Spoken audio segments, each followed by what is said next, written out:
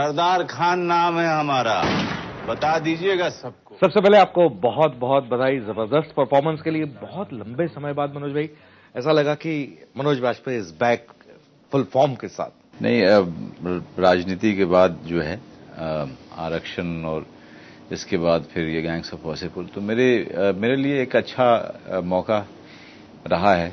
लगातार प्रकाश जी और अनुराग कश्यप जैसे लोगों ने विश्वास दिखाया, तो एक एक्टर के लिए एक बहुत बड़ी बात होती है। और अनुराग मेरा पसंदीदा व्यक्ति ही नहीं है, मेरा पसंदीदा क्रिएटिव आदमी है। Not only as a script writer but also as a director. मैं हमेशा चाहता था कि मैं उसके साथ काम करूं and I am so grateful कि उसने मुझे काम दिया।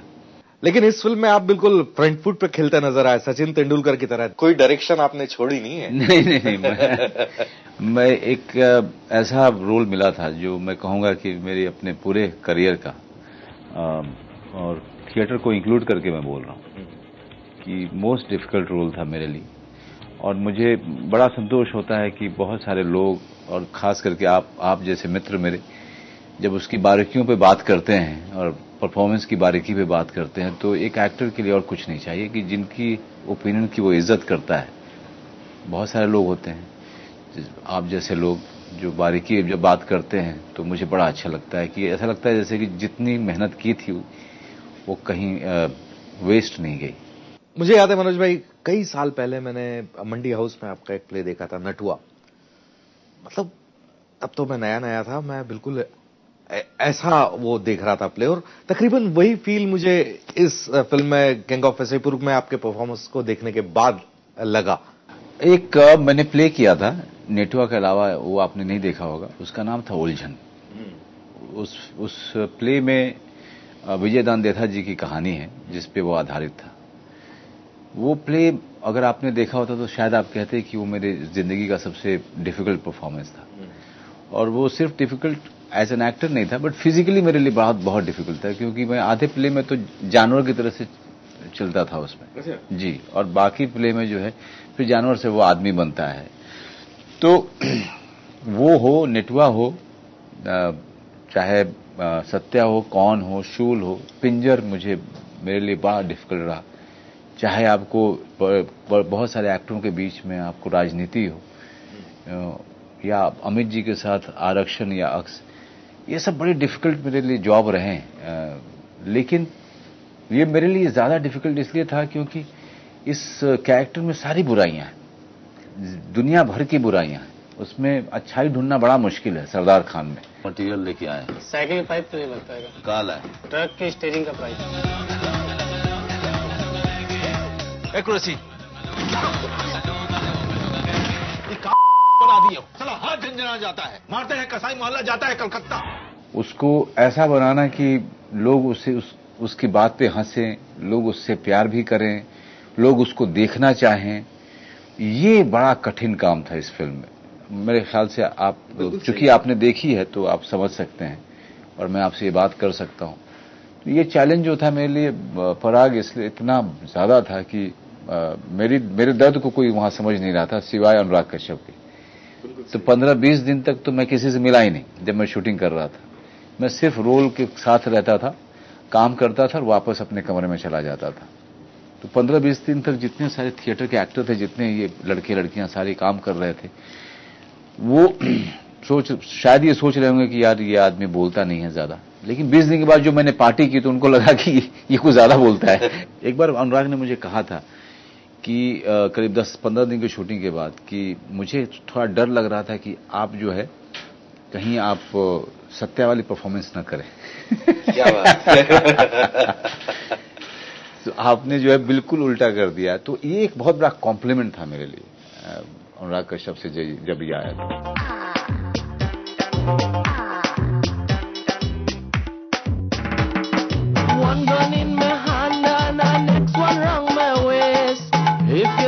Young girl with a rude look on she face, I say as a hunter must be brave and strong. She said that she find that my gun extremely long. हम हैं शिकारी packet में लंबी गनी, हाय जो छूटे तन मन होवे मजानी। ऐसा कहते हैं कि एक्टर जो है वो अपनी इमोशनल मेमोरी से काम लेता है। तो कहीं सरदार का कैरेक्टर कहीं आपके जहन में था, कहीं आप कभी उससे मिले या कभी आपने देखा उसे? आप ये बताइए कि सरदार खान जैसा आदमी आप कहां देखेंगे? मतलब अगर आप अच्छी संगत में रहे हैं तो मुझे लगता नहीं है कि इस तरह के व्यक्ति को आपने देखा होगा। जल्दी ये लोग, खास करके जिस माहौल से हम लोग आए हुए हैं, बोर्डिंग स्कूल में पढ़े हैं और अपने गांव में पहले रहते थे, माँ बाप पिताजी किसान थे और उसके बाद सीधा बोर्डिंग में गए, तो और उसके बाद दिल्ली चले आए। कभी संगत इस तरह के लोगों की रही नहीं है कि ऐसा कमीना आदमी मुझे देखने को मिले। तो इसलिए जो है बड़ी मुश्किल थी, क्योंकि रेफरेंस ही नहीं था मेरे पास में। जैसा अभी आपने बचपन की बात बताई, मैं और आपके जैसे कई चाहने वाले जो आपके हैं वो शायद ये जानना चाहते होंगे कि आखिर मनोज बाजपेयी मुंबई आए कैसे, ये जर्नी शुरू कैसे हुई? मैं जब पीछे मुड़ के देखता हूं तो मुझे लगता है बड़ा चमत्कार हुआ ही है, नहीं तो ऊपर वाले का अगर सहारा नहीं होता तो मेरे ख्याल से इतनी बड़ी जर्नी हो नहीं पाती। जो लोग बिहार को जानते हैं पूरे तरीके से, और नेपाल बॉर्डर के इलाके का एक गांव है बेलवा, वहां से आया हूं मैं। और मुझे याद है कि पहली बार जब कोई फिल्म याद है मुझे तो शायद जंजीर ही याद है। हाँ, और पिताजी के साथ हम गए थे, पिताजी माताजी के साथ फिल्म देखने, तो मुझे अमित जी याद रह गए, मेरे जहन में घुस गए वो। उसके बाद उनकी फिल्म दीवार हो, काला पत्थर हो, जैसे जैसे देखी मैंने, तो मुझे लगा शायद मुझे ये बनना चाहिए। और मुझे दिमाग में बचपन से अभिनेता बनने के अलावा और कुछ सोचता ही नहीं था।